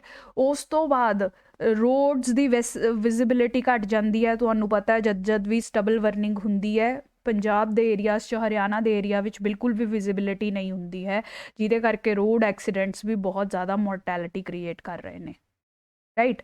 ਹੁਣ ਇਹਦਾ ਸੋਲਿਊਸ਼ਨ ਗਵਰਨਮੈਂਟ ਨੇ ਲੱਭਿਆ ਹੈ ਮਕੈਨੀਕਲ ਹਾਰਵੈਸਟਰ। ਤੁਹਾਨੂੰ ਪਤਾ ਹੀ ਹੈ ਰੋਟਾਵੈਕਟਰ ਜਾਂ ਬਿਲਕੁਲ ਹੈਪੀ ਸੀਡਰ ਮਸ਼ੀਨਸ ਵਗੈਰਾ ਦਿੱਤੀਆਂ ਜਾ ਰਹੀਆਂ ਹੈ। ਹੁਣ ਇਹ ਮਸ਼ੀਨਸ ਵੀ ਦੇਖੋ ਡੀਜ਼ਲ ਤੇ ਚੱਲਦੀਆਂ ਨੇ, ਮਤਲਬ ਤੁਸੀਂ ਫੇਰ ਤੋਂ ਗ੍ਰੀਨ ਹਾਊਸ ਗੈਸ ਅਮਿਟ ਕਰ ਰਹੇ ਹੋ। ਤੁਸੀਂ ਸੋਲਿਊਸ਼ਨ ਵੀ ਇਹੋ ਜਿਹਾ ਲੱਭਿਆ ਜਿਹੜਾ ਕਿ ਫੇਰ ਇਨਵਾਇਰਮੈਂਟਲੀ ਡਿਗਰੇਡਿੰਗ ਹੈ। ਰਾਈਟ। ਇਸ ਤੋਂ ਵੱਧ ਕੇ ਤੁਸੀਂ ਦੇਖੋ ਕਿ ਦਿੱਲੀ 'ਚ ਇੰਨੀ ਪੋਲਿਊਸ਼ਨ ਹੋ ਜਾਂਦੀ ਹੈ, ਦਿੱਲੀ 'ਚ ਆਪਣਾ ਟੂਰਿਜ਼ਮ ਇਫੈਕਟ ਹੁੰਦਾ ਹੈ, ਦਿੱਲੀ 'ਚ ਆਪਾਂ ਸਮੋਕ ਟਾਵਰਸ ਲਾ ਕੇ ਪੋਲਿਊਸ਼ਨ ਘਟਾਉਣ ਲਈ ਹੋਰ ਪੈਸਾ ਲਾ ਰਹੇ ਹਾਂ। ਇੰਟਰਨੈਸ਼ਨਲ ਇਮੇਜ ਇੰਪੈਕਟ ਹੁੰਦੀ ਹੈ। ਤੁਹਾਨੂੰ ਪਤਾ ਹੈ ਕਿ ਬਾਹਰਲੇ ਦੇਸ਼ ਦੇ ਲੋਕਾਂ ਨੂੰ ਜਾਂ ਬਾਹਰਲੇ ਦੇਸ਼ ਦੇ ਅੰਬੈਸਡਰਸ, ਡਿਪਲੋਮੈਟਸ ਨੂੰ ਰਹਿਣ ਲਈ ਉਹਨਾਂ ਨੂੰ ਐਕਸਟਰਾ ਪੇ ਕਰਨਾ ਪੈਂਦਾ ਹੈ। ਦਿੱਲੀ ਵਿੱਚ ਅਗਰ ਉਹਨਾਂ ਨੇ ਕਿਸੇ ਨੂੰ ਪੋਸਟ ਕਰਨਾ ਹੈ ਤਾਂ ਉਹਨਾਂ ਨੂੰ ਐਕਸਟਰਾ ਪੇਮੈਂਟਸ ਦੇਣੀਆਂ ਪੈਣਗੀਆਂ, ਕਿਉਂਕਿ ਦਿੱਲੀ ਨੂੰ ਬਹੁਤ ਹੀ ਪੋਲਿਊਟਡ ਤਰੀਕੇ ਨਾਲ ਦੇਖਿਆ ਜਾਂਦਾ ਹੈ। ਤਾਂ ਇੰਡੀਆ ਦੀ ਓਵਰਆਲ ਇੰਟਰਨੈਸ਼ਨਲ ਬਰਨਿੰਗ ਦੀ ਪ੍ਰੋਬਲਮ ਕਰਕੇ ਇੰਪੈਕਟ ਹੋ ਰਹੀ ਹੈ। ਠੀਕ ਹੈ ਜੀ। ਤਾਂ ਤੁਸੀਂ ਦੇਖੋ ਮਲਟੀਪਲ ਇੰਪੈਕਟ ਹੈ। ਓਬਵੀਅਸਲੀ ਆਪਾਂ ਨੂੰ ਸਟਬਲ ਇਸ਼ੂ ਲਈ ਕੁਛ ਨਾ ਕੁਛ ਤਾਂ ਕਰਨਾ ਹੀ ਪਵੇਗਾ, ਇਸੇ ਤਰੀਕੇ ਨਾਲ ਆਪਾਂ ਕੰਮ ਜਿਹੜਾ ਹੈ ਅੱਗੇ ਨਹੀਂ ਕਰ ਸਕਦੇ। ਰਾਈਟ। ਤਾਂ ਇਸੇ ਲਈ ਕੀ ਹੈ ਇਸ ਪ੍ਰੋਬਲਮ ਨੂੰ ਸੋਲਵ ਕਰਨ ਲਈ ਆਪਾਂ ਇਹ ਜਿਹੇ ਕਿਹੜੇ ਸਟੈਪਸ ਲੈ ਸਕਦੇ ਹਾਂ ਕਿ ਇਹ ਸਾਰੇ ਇਸ਼ੂਜ਼ ਨੂੰ ਰਿਜ਼ੋਲਵ ਕੀਤਾ ਜਾਵੇ। ਤਾਂ ਸਭ ਤੋਂ ਵੱਡਾ ਸੋਲਿਊਸ਼ਨ ਹੈ ਕਿ ਮੈਨੂਅਲ ਹਾਰਵੈਸਟਿੰਗ ਕੀਤੀ ਜਾਵੇ, ਬਰਨਿੰਗ ਦੀ ਜਗ੍ਹਾਏ ਮੈਨੂਅਲੀ ਜਿਹੜਾ ਹੈ ਸਟਬਲ ਨੂੰ ਖਤਮ ਕੀਤਾ ਜਾਵੇ। ਤਾਂ ਇਹਦੇ ਲਈ ਇਹੀ ਹੈ ਕਿ ਗਵਰਨਮੈਂਟ ਨੂੰ ਲੇਬਰ ਲਈ ਸਬਸਿਡੀ ਦੇਣੀ ਚਾਹੀਦੀ ਹੈ, ਡਬਲ ਲੇਬਰ ਇੰਪਲੋਏ ਹੋਣੀ ਚਾਹੀਦੀ ਹੈ, ਤਾਂ ਕਿ ਘੱਟ ਟਾਈਮ ਵਿੱਚ ਸਟਬਲ ਜਿਹੜਾ ਹੈ ਕਲੈਕਟ ਕਰਕੇ ਰਿਮੂਵ ਕੀਤਾ ਜਾ ਸਕੇ। ਠੀਕ ਹੈ, ਗਵਰਨਮੈਂਟ ਤਾਂ ਪੈਸਾ ਲਾ ਹੀ ਰਹੀ ਹੈ, ਤਾਂ ਤੁਸੀਂ ਡੀਜ਼ਲ ਮਸ਼ੀਨਸ 'ਤੇ ਕਿਉਂ ਲਾ ਰਹੇ ਹੋ? ਇਦੋਂ ਚੰਗਾ ਹੈ ਕਿ ਤੁਸੀਂ ਲੇਬਰ ਨੂੰ ਸਬਸਿਡਾਈਜ਼ ਕਰੋ, ਲੋਕਾਂ ਨੂੰ ਇੰਪਲੋਇਮੈਂਟ ਵੀ ਮਿਲੇਗੀ ਅਤੇ ਸਸਟੇਨੇਬਲ ਸੋਲਿਊਸ਼ਨ ਵੀ ਹੋਏਗਾ, ਹੈ ਨਾ ਜੀ। ਸੈਕਿੰਡ ਹੈ, ਜਦੋਂ ਤੁਸੀਂ ਮੈਨੂਅਲ ਲੇਬਰ ਦੇ ਥਰੂ ਸਟਬਲ ਪੂਰੀ ਇਕੱਠੀ ਕਰੋਗੇ ਤਾਂ ਉਹਨੂੰ ਤੁਸੀਂ ਆਲਟਰਨੇਟਿਵ ਵੇਜ਼ 'ਚ ਯੂਜ਼ ਕਰ ਸਕਦੇ ਹੋ। ਸਟਬਲ ਦੇ ਬਹੁਤ ਸਾਰੇ ਆਲਟਰਨੇਟਿਵ ਯੂਜ਼ਸ ਹੁੰਦੇ ਹੈ। ਇੰਸਟੈਡ ਆਫ ਬਰਨਿੰਗ ਇਟ ਉਹਨੂੰ ਸਸਟੇਨੇਬਲੀ ਬਹੁਤ ਜਗ੍ਹਾ ਤੇ ਯੂਜ਼ ਕੀਤਾ ਜਾ ਸਕਦਾ ਹੈ, ਜਿਵੇਂ ਕਿ ਕੈਟਲ ਨੂੰ ਫੀਡ ਕਰਨ ਲਈ ਉੱਥੇ ਯੂਜ਼ ਕਰ ਸਕਦੇ ਹੋ। ਮੈਨਿਓਰ ਬਣਾਉਣ ਲਈ, ਖਾਦ ਬਣਾਉਣ ਵਿੱਚ ਸਟਬਲ ਯੂਜ਼ ਹੋ ਸਕਦੀ ਹੈ। ਰੂਰਲ ਏਰੀਆਜ਼ 'ਚ ਤੁਹਾਨੂੰ ਪਤਾ ਹੈ ਕੱਚੀ ਛੱਤਾਂ ਹੁੰਦੀਆਂ ਹੈ, ਉੱਥੇ ਤੁਸੀਂ ਅਗੇਨ ਸਟਬਲ ਯੂਜ਼ ਕਰ ਸਕਦੇ ਹੋ। ਤੇ ਬਾਇਓਮਾਸ એનર્ਜੀ ਪ੍ਰੋਡਿਊਸ ਕਰ ਸਕਦੇ ਹੋ ਸਟਬਲ ਯੂਜ਼ ਕਰਕੇ। ਮਸ਼ਰੂਮ ਕਲਟੀਵੇਸ਼ਨ 'ਚ ਵੀ ਕਾਫੀ ਇਹਦਾ ਰੋਲ ਦੇਖਿਆ ਗਿਆ ਹੈ। ਪੈਕਿੰਗ ਮਟੀਰੀਅਲ ਵੀ ਇਸ ਤੋਂ ਬਣਾਇਆ ਜਾ ਸਕਦਾ ਹੈ, ਠੀਕ ਹੈ ਜੀ। ਬਾਇਓ ਇਥੇਨੋਲ, ਠੀਕ ਹੈ, ਬਾਇਓ ਐਲਕੋਹਲ ਬਣਾ ਸਕਦੇ ਹੈ।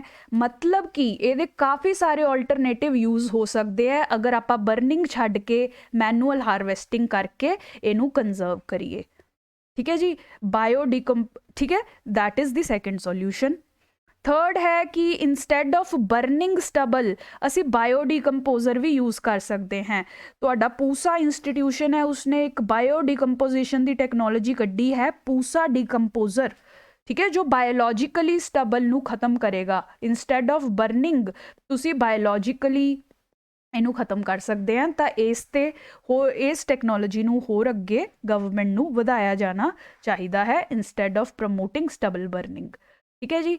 ਲਾਸਟ ਹੈ ਕਿ ਹੋਰ ਤਰੀਕੇ ਦੀਆਂ ਸਟਬਲ ਮਸ਼ੀਨਸ ਜਿਹੜੀਆਂ ਟਾਈਮਲੀ ਸਾਰੇ ਕਿਸਾਨਾਂ ਤੱਕ ਪਹੁੰਚਣ, ਰਾਈਟ। ਹੈਪੀ ਸੀਡਰ ਮਸ਼ੀਨ ਹੈ, ਜਿਨ੍ਹਾਂ ਦੇ ਆਪਣੇ ਕੋਲ ਹੋਰ ਸੋਲਿਊਸ਼ਨਸ ਨਹੀਂ ਹੈ ਤਦ ਤੱਕ ਇਹੀ ਡਿਪਲੋਏ ਕਰੀਏ। ਹੈਪੀ ਸੀਡਰ ਮਸ਼ੀਨ, ਰੋਟਾਵੈਕਟਰਸ ਕੀ machine, zero till seed drill, ਠੀਕ ਹੈ ਜੀ। अब बहुत baler, paddy straw reaper, reaper binder, multiple types ਦੀਆਂ ਐਗਰੀ ਮਸ਼ੀਨਸ ਆ ਰਹੀਆਂ ਨੇ, ਤਾਂ ਤੁਸੀਂ ਬਰਨਿੰਗ ਦੀ ਜਗ੍ਹਾ ਇਹ ਮਸ਼ੀਨਸ ਤਦ ਤੱਕ ਡਿਪਲੋਏ ਕਰੋ। ਬਟ ਇਸ ਤੋਂ ਵੀ ਬੈਟਰ ਸੋਲਿਊਸ਼ਨਸ ਨੇ ਮੈਨੂਅਲ ਹਾਰਵੈਸਟਿੰਗ ਤੇ ਬਾਇਓ ਡੀਕੰਪੋਜ਼ਰ, ਠੀਕ ਹੈ। ਤਾਂ ਇਹ ਸਾਰੇ ਸੋਲਿਊਸ਼ਨਸ ਤੁਸੀਂ ਆਨਸਰ ਦੇ ਵਿੱਚ ਪ੍ਰਪੋਜ਼ ਕਰ ਸਕਦੇ ਹੋ, ਠੀਕ ਹੈ ਜੀ। ਇਹ ਸਟਬਲ ਬਰਨਿੰਗ ਦਾ ਇਸ਼ੂ ਕਾਫੀ ਇੰਪੋਰਟੈਂਟ ਹੈ ਤੁਹਾਡੇ ਲਈ, ਤਾਂ ਇਹਨੂੰ ਡਿਟੇਲ ਵਿੱਚ ਧਿਆਨ ਨਾਲ ਕਰੋ। ਡਿਸਕਸ਼ਨ ਨੂੰ ਦੁਬਾਰਾ ਸੁਣ ਲਓ, ਜੋ ਵੀ ਡਿਟੇਲਸ ਹੈ ਉਹ ਤੁਹਾਨੂੰ ਚੰਗੀ ਤਰ੍ਹਾਂ ਸਮਝ ਆ ਜਾਣੀ ਚਾਹੀਦੀਆਂ ਤਾਂ ਕਿ ਤੁਸੀਂ ਅੱਛੇ ਆਨਸਰਸ ਲਿਖ ਸਕੋ, ਠੀਕ ਹੈ ਜੀ। ਹੁਣ ਨੈਕਸਟ ਟੌਪਿਕ ਕਰ ਲੈਂਦੇ ਹੈ ਕੈਂਸਰ ਇੰਸੀਡੈਂਟਸ। ਕੈਂਸਰ ਦੀ ਪ੍ਰੋਬਲਮ ਅਗੇਨ ਪੰਜਾਬ 'ਚ ਸਪੈਸ਼ਲੀ ਬਠਿੰਡਾ ਜਾਂ ਮਾਲਵਾ ਬੈਲਟ ਤੁਸੀਂ ਕਹੋ ਤਾਂ ਬਹੁਤ ਹੀ ਜ਼ਿਆਦਾ ਪ੍ਰੋਮੀਨੈਂਟ ਹੈ, ਠੀਕ ਹੈ। ਓਵਰਆਲ ਵੀ ਤੁਸੀਂ ਦੇਖੋ ਇੰਡੀਆ ਦੇ ਵਿੱਚ ਵੀ ਕੈਂਸਰ ਦੇ ਕੇਸਿਸ ਬਹੁਤ ਜ਼ਿਆਦਾ ਵੱਧ ਰਹੇ ਨੇ। ਹਰ ਦੂਜੇ ਸੈਲੀਬ੍ਰਿਟੀ ਨੂੰ ਵੀ ਕੈਂਸਰ ਹੁੰਦਾ ਹੈ, ਹਰ ਦੂਜੇ ਆਮ ਇਨਸਾਨ ਨੂੰ ਵੀ ਕੈਂਸਰ ਇੰਡੀਆ ਵਿੱਚ ਹੋ ਰਿਹਾ ਹੈ, ਠੀਕ ਹੈ। ਤਾਂ ਉਸ 'ਤੇ ਹੀ ਇਹ ਡਾਟਾ ਆਇਆ ਹੈ। ਕੈਂਸਰ 'ਤੇ ਕੋਈ ਵੀ ਕੁਐਸਚਨ ਆਵੇ ਤੁਸੀਂ ਇਹ ਡਾਟਾ ਯੂਜ਼ ਕਰ ਸਕਦੇ ਹੋ। ਓਵਰ ਦੀ ਈਅਰਸ ਦੇਖੋ ਕੈਂਸਰ ਦੀ ਇੰਸੀਡੈਂਸ ਵੱਧ ਰਹੀ ਹੈ। 2020 ਵਿੱਚ ਅਰਾਊਂਡ 14 ਲੱਖ ਕੇਸ ਸੀ, ਹੁਣ 2021 'ਚ ਤੁਸੀਂ ਦੇਖੋ 14.2 ਲੱਖ ਹੋ ਗਏ ਨੇ, 2022 ਵਿੱਚ 14.61 ਲੱਖ ਹੋ ਗਏ ਨੇ, ਤੇ 2025 ਵਿੱਚ ਇਹ ਐਕਸਪੈਕਟਡ ਹੈ ਕਿ ਇਹ 15.5 ਲੱਖ ਤੋਂ ਵੀ ਵੱਧ ਸਕਦੇ ਨੇ। ਮਤਲਬ ਕੈਂਸਰ ਜੋ ਹੋ ਰਿਹਾ ਹੈ ਰਿਪੀਟਡਲੀ ਇਨਕਰੀਜ਼ ਹੋ ਰਿਹਾ ਹੈ। ਇਹਦੇ ਕਰਕੇ ਜਿਹੜੀ ਮੌਤਾਂ ਹੈ, ਮੋਰਟੈਲਿਟੀ ਹੈ, ਉਹ ਵੀ ਕਾਫੀ ਵੱਧ ਰਹੀ ਹੈ, ਠੀਕ ਹੈ। ਤਾਂ ਇਹ ਆਪਣੇ ਲਈ ਕਾਫੀ ਕੰਸਰਨਿੰਗ ਸਿਚੁਏਸ਼ਨ ਹੈ। ਡਿਫਰੈਂਟ ਟਾਈਪਸ ਆਫ ਕੈਂਸਰ ਜਿਹੜੇ ਹੈ ਉਹ ਓਬਜ਼ਰਵ ਕੀਤੇ ਜਾ ਰਹੇ ਨੇ। ਤੇ ਕੈਂਸਰ ਦੀ ਪ੍ਰੋਬਲਮ ਵਧਣ ਦੇ ਰੀਜ਼ਨਸ ਕਿਆ ਹੈ? ਦੇਖੋ ਸਮੋਕਿੰਗ ਜਿਹੀ ਹੈਬਿਟਸ ਜਿਹੜੀਆਂ ਨੇ ਇਹ ਪਹਿਲਾਂ ਤਾਂ ਲੰਗ ਥਰੋਟ ਕੈਂਸਰ ਲਈ ਬਹੁਤ ਰਿਸਪੌਂਸਿਬਲ ਨੇ। ਤੰਬਾਕੂ ਗੁਟਕਾ ਬਹੁਤ ਚੱਲਦਾ ਹੈ ਇੰਡੀਆ ਦੇ ਵਿੱਚ, ਉਹਦੇ ਕਰਕੇ ਹੀ ਮੈਜੋਰਿਟੀ ਟੰਗ ਕੈਂਸਰ ਜਾਂ ਈਸੋਫੈਗਸ ਜਾਂ ਤੁਹਾਡਾ ਜਿਹੜਾ ਟ੍ਰੈਕੀਆ ਇਹਦੀ ਕੈਂਸਰਸ ਹੋ ਰਹੇ ਨੇ। ਪੋਲਿਊਸ਼ਨ ਜਿੰਨੀ ਵਧੂਗੀ ਉਨਾ ਇੰਪੈਕਟ ਕਰੂਗੀ। ਲਾਈਫ ਸਟਾਈਲ ਜਿਹੜੇ ਹੈ ਆਪਣੇ poor eating habits, exercise deficiency, ਹੈ ਨਾ, ਸਟ੍ਰੈਸ ਲੈਵਲਸ ਹਾਈ ਹੋ ਰਹੇ ਨੇ, ਤਾਂ ਇਹਦੇ ਨਾਲ ਸਭ ਤਰੀਕੇ ਦੀ ਬਿਮਾਰੀਆਂ ਵੱਧਦੀਆਂ ਨੇ, ਸਪੈਸ਼ਲੀ ਡਿਸੀਜ਼ਸ ਲਾਈਕ ਕੈਂਸਰ, ਠੀਕ ਹੈ। ਐਂਡ ਸਭ ਤੋਂ ਵੱਡਾ ਰੀਜ਼ਨ ਸਪੈਸ਼ਲੀ ਬਠਿੰਡਾ ਦੇ ਵਿੱਚ ਹੈ ਐਗਰੀਕਲਚਰ। ਐਗਰੀਕਲਚਰ ਨੂੰ ਕਾਫੀ ਰਿਸਪੌਂਸਿਬਲ ਮੰਨਿਆ ਜਾ ਰਿਹਾ ਹੈ। ਜਿੰਨੇ ਵੀ ਆਪਾਂ ਫਰਟੀਲਾਈਜ਼ਰਸ, ਪੈਸਟੀਸਾਈਡਸ ਵਗੈਰਾ ਐਗਰੀਕਲਚਰ ਵਿੱਚ ਲਾਉਂਦੇ ਹੈ ਉਹ ਪਾਣੀ ਵਿੱਚ ਰਨ ਆਫ ਹੋ ਕੇ ਆਪਣੀ ਵਾਟਰ ਬੋਡੀਜ਼ ਦੇ ਨਾਲ ਮਿਲ ਰਹੇ ਨੇ। ਇਹ ਵਾਟਰ ਬੋਡੀਜ਼ ਦੇ ਥਰੂ ਕ੍ਰੌਪਸ ਦੇ ਵਿੱਚ ਐਡ ਹੋ ਰਹੇ ਨੇ, ਆਪਣੇ ਨਾਰਮਲ ਪਾਣੀ ਦੇ ਵਿੱਚ ਐਡ ਹੋ ਰਹੇ ਨੇ ਫਰਟੀਲਾਈਜ਼ਰਸ, ਕੈਮੀਕਲਸ ਜਿਹੜੇ ਨੇ, ਅਤੇ ਆਪਾਂ ਇਨਡਾਇਰੈਕਟਲੀ ਬਹੁਤ ਸਾਰੇ ਕੈਮੀਕਲਸ ਜਿਹੜੇ ਹੈ ਕੰਜ਼ਿਊਮ ਕਰ ਰਹੇ ਹਾਂ ਡੇਲੀ ਬੇਸਿਸ 'ਤੇ, ਜਿਹਦੇ ਕਰਕੇ ਮਾਲਵਾ ਬੈਲਟ ਵਿੱਚ ਸਪੈਸ਼ਲੀ ਬਠਿੰਡਾ ਡਿਸਟ੍ਰਿਕਟ ਵਿੱਚ ਕੈਂਸਰ ਦੇ ਕੇਸਿਸ ਬਹੁਤ ਜ਼ਿਆਦਾ ਹੈ। ਇਸੇ ਲਈ ਤੁਸੀਂ ਦੇਖੋ Bathinda to Rajasthan cancer train ਵੀ ਪੰਜਾਬ ਵਿੱਚ ਚੱਲਦੀ ਹੈ। ठीक है, ये काफ़ी सीरियस इशू है, अगेन बहुत इंपॉर्टेंट है इंटरव्यू प्रैपरेशन लई as well as mains answer writing लई। ठीक है जी, नैक्सट इशू कर लेने हैं महादेई वाटर इशू। इस इशू च देखो गोवा ते Karnataka Mahadei the river water sharing ਲਈ लड़ रहे हैं, जिमें पंजाब ते हरियाणा सतलुज यमुना ਲਈ लड़ रहे हैं। ऑलरेडी ये टॉपिक आप डिस्कस कर चुके हैं, मैं लिंक पोस्ट कर दूंगी, तुसी वो भी जाके चेक कर लियो जिन्होंने अजे तक नहीं देखा। ਹੁਣ ਇਸ 'ਚ ਆਪਾਂ ਨੇ ਲਈ महादेई रिवर इंपॉर्टेंट है क्योंकि न्यूज़ च है तो क्वेश्चन आ सकता है।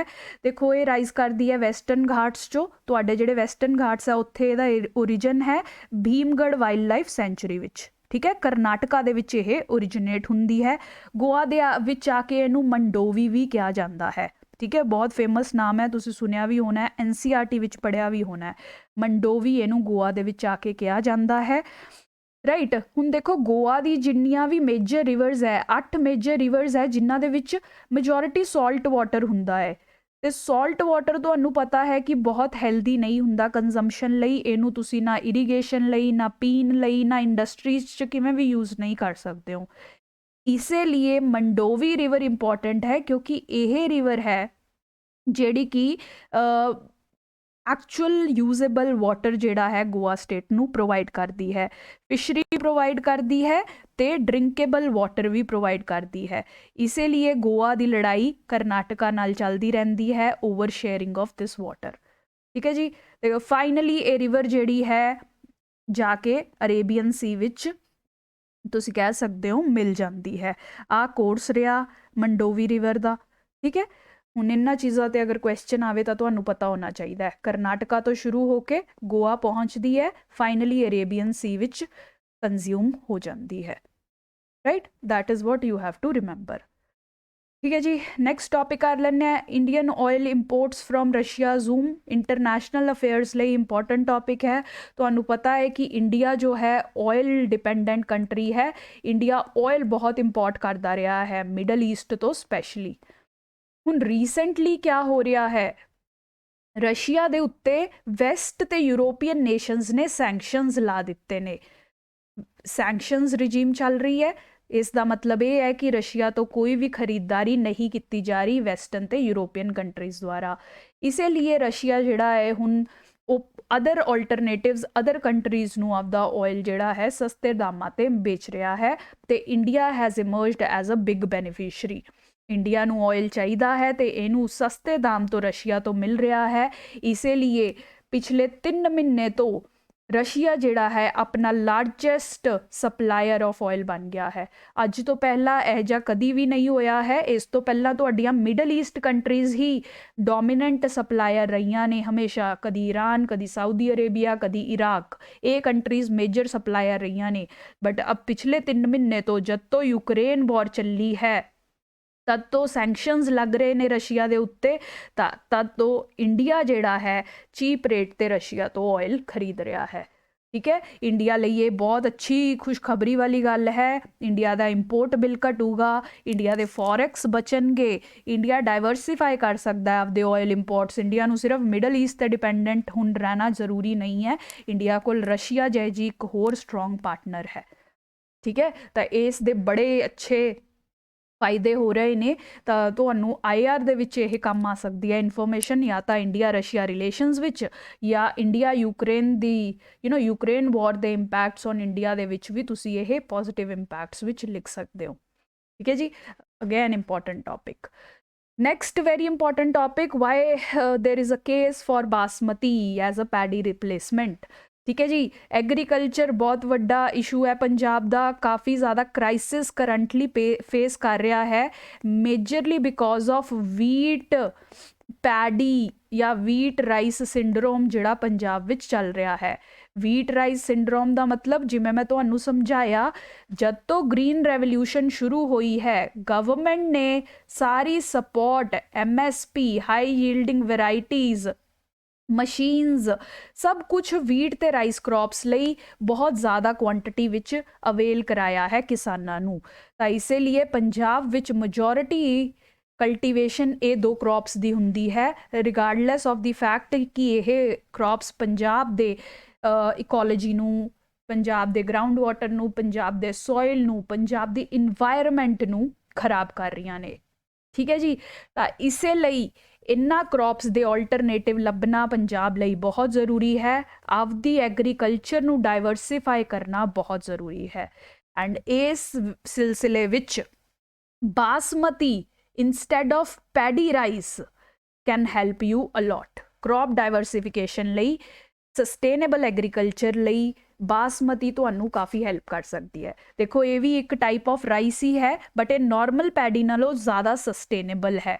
ਇਹ ਘੱਟ ਵਾਟਰ ਜਿਹੜਾ ਕੰਜ਼ਿਊਮ ਕਰਦੀ ਹੈ। ਬਾਸਮਤੀ ਜਿਹੜੀ ਹੈ ਮੇਜਰਲੀ ਮੌਨਸੂਨ ਸੈਸ਼ਨ ਵਿੱਚ ਗਰੋ ਹੁੰਦੀ ਹੈ, ਤਾਂ ਇਹ ਰੇਨ ਵਾਟਰ ਤੇ ਡਿਪੈਂਡੈਂਟ ਹੁੰਦੀ ਹੈ। ਪੈਡੀ ਦੀ ਤਰ੍ਹਾਂ ਇਹਨੂੰ 4000 ਲੀਟਰ ਵਾਟਰ ਨਹੀਂ ਚਾਹੀਦਾ 1 ਕਿਲੋ ਪੈਡੀ ਕ੍ਰੌਪ ਗਰੋ ਕਰਨ ਲਈ।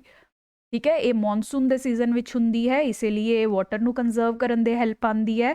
ਇਹ ਜ਼ਿਆਦਾ ਪਿੱਛੇ ਸਟਬਲ ਨਹੀਂ ਛੱਡਦੀ, ਤਾਂ ਇਸੇ ਲਈ ਸਟਬਲ ਬਰਨਿੰਗ ਦੀ ਇਸ਼ੂ ਵੀ ਆਪਾਂ ਸੋਲਵ ਕਰ ਸਕਦੇ ਹਾਂ। ਇਸ ਨੂੰ ਜ਼ਿਆਦਾ ਪੈਸਟੀਸਾਈਡਸ ਵੀ ਨਹੀਂ ਚਾਹੀਦੇ ਹੁੰਦੇ, ਬਲਕਿ ਪੈਸਟੀਸਾਈਡਸ ਬੈਂਡ ਹੈ ਬਾਸਮਤੀ ਕ੍ਰੌਪ ਲਈ, ਕਿਉਂਕਿ ਬਾਸਮਤੀ ਕ੍ਰੌਪ ਆਪਾਂ ਬਹੁਤ ਜ਼ਿਆਦਾ ਐਕਸਪੋਰਟ ਕਰਦੇ ਹਾਂ ਟੂ ਕੰਟਰੀਜ਼ ਲਾਈਕ ਯੂਰਪ, ਤੇ ਯੂਰਪ ਵਰਗੀਆਂ ਕੰਟਰੀਆਂ ਪੈਸਟੀਸਾਈਡ ਨਾਲ ਉਗਾਏ ਕ੍ਰੌਪਸ ਨਹੀਂ ਖਰੀਦਦੀਆਂ। ਤਾਂ ਇਸੇ ਲਈ ਬਾਸਮਤੀ ਵਿੱਚ ਕਿਸਾਨ ਨੂੰ ਪੈਸਟੀਸਾਈਡਸ ਤੇ ਵੀ ਆਪਦਾ ਪੈਸਾ ਫੂਕਣ ਦੀ ਲੋੜ ਨਹੀਂ ਪੈਂਦੀ।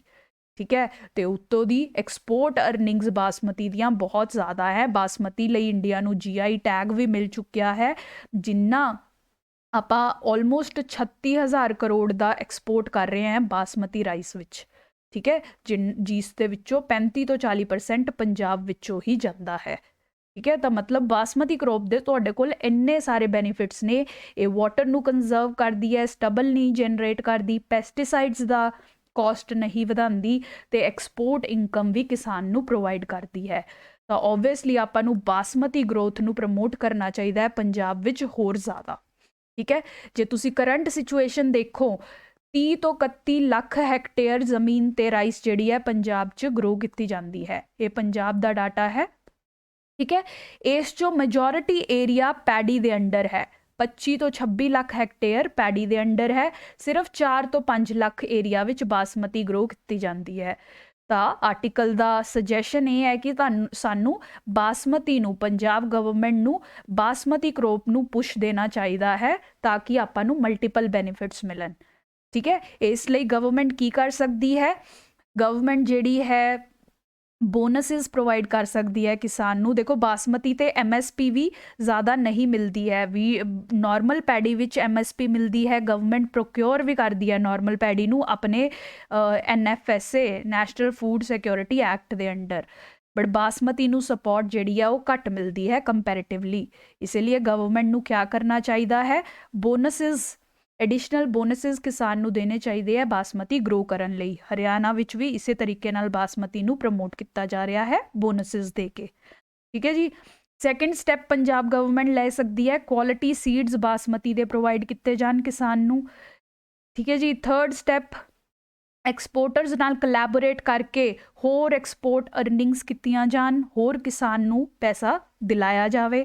ਰਾਈਟ, ਉਸ ਤੋਂ ਬਾਅਦ canal system, river rain water harvesting system ਬਣਾਇਆ ਜਾਵੇ, ਤਾਂ ਕਿ ਆਪਾਂ ਮੌਨਸੂਨ ਦਾ ਪਾਣੀ ਅੱਛੀ ਤਰੀਕੇ ਨਾਲ ਯੂਜ਼ ਕਰਕੇ ਬਾਸਮਤੀ ਨੂੰ ਗਰੋ ਕਰ ਸਕੀਏ। ਠੀਕ ਹੈ ਜੀ, ਇਹਦੇ ਲਈ ਆਪਾਂ ਨੂੰ additional water, ground water waste ਕਰਨ ਦੀ ਲੋੜ ਨਹੀਂ ਹੈ। ਆਪਾਂ ਰੇਨ ਵਾਟਰ ਨੂੰ ਅਗਰ ਅੱਛੀ ਤਰੀਕੇ ਨਾਲ ਹਾਰਵੈਸਟ ਕਰ ਸਕੀਏ ਤਾਂ ਆਪਾਂ ਬਾਸਮਤੀ ਉਹਨੂੰ ਅੱਛੇ ਤਰੀਕੇ ਨਾਲ ਗਰੋ ਕਰ ਸਕਾਂਗੇ। ਠੀਕ ਹੈ ਜੀ, ਸੋਨਲ ਪੈਨਲ ਵਗੈਰਾ ਆਪਾਂ ਲਗਾ ਸਕਦੇ ਹਾਂ ਐਡੀਸ਼ਨਲ ਅਰਨਿੰਗ ਲਈ। ਰਾਈਟ, ਤੇ ਇਹ ਜਿਹੜਾ ਹੈ ਇਸ 'ਚ ਆਪਾਂ ਜੁਡੀਸ਼ੀਅਸ ਯੂਜ਼ ਆਫ ਪੈਸਟੀਸਾਈਡਸ ਵੀ ਪ੍ਰਮੋਟ ਕਰ ਸਕਦੇ ਹਾਂ ਜਦ ਕਿਸਾਨ ਬਾਸਮਤੀ ਗਰੋ ਕਰ ਰਿਹਾ ਹੈ। ਰਾਈਟ, ਇਹ ਸਭ ਤਰੀਕਿਆਂ ਨਾਲ ਬਾਸਮਤੀ ਵੀ ਪ੍ਰਮੋਟ ਹੋਊ ਤੇ ਸਸਟੇਨੇਬਲ ਐਗਰੀਕਲਚਰ ਤੇ ਗਰੋਪ ਡਾਇਵਰਸੀਫਿਕੇਸ਼ਨ ਦਾ ਕੁਝ ਇਨੀਸ਼ੀਏਟਿਵ ਪੰਜਾਬ ਲੈ ਪਾਊਗਾ। ਠੀਕ ਹੈ ਜੀ, ਇਹ ਬਹੁਤ ਇੰਪੋਰਟੈਂਟ ਹੈ। ਤੁਸੀਂ ਹਮੇਸ਼ਾ ਐਗਰੀਕਲਚਰ ਦੇ ਸੋਲਿਊਸ਼ਨਸ ਵਿੱਚ ਇਹ ਆਲਟਰਨੇਟਿਵ ਜਿਹੜਾ ਹੈ ਐਜ਼ ਸੋਲਿਊਸ਼ਨ ਪ੍ਰੈਜ਼ੈਂਟ ਕਰ ਸਕਦੇ ਹੋ, ਕਿਉਂਕਿ ਬਾਸਮਤੀ ਦੇ ਤੁਹਾਡੇ ਲਈ ਕਾਫੀ ਜ਼ਿਆਦਾ ਫਾਇਦੇ ਨੇ। Right, that is all about this topic. Last topic ਜਿਹੜਾ ਅੱਜ ਦੀ ਡਿਸਕਸ਼ਨ ਦਾ ਹੈ, ਪੰਜਾਬ ਗਵਰਨਮੈਂਟ ਨੇ ਐਪ ਲਾਂਚ ਕੀਤੀ ਹੈ, ਬੀਜ ਨਾਮ ਦੀ ਐਪ ਲਾਂਚ ਕੀਤੀ ਹੈ, ਤਾਂ ਕਿ ਸੀਡਸ ਜਿਹੜੇ ਵੀ ਕਿਸਾਨ ਯੂਜ਼ ਕਰ ਰਿਹਾ ਹੈ ਉਹਦੀ ਆਥੈਂਟਿਸਿਟੀ ਨੂੰ ਚੈੱਕ ਕੀਤਾ ਜਾ ਸਕੇ।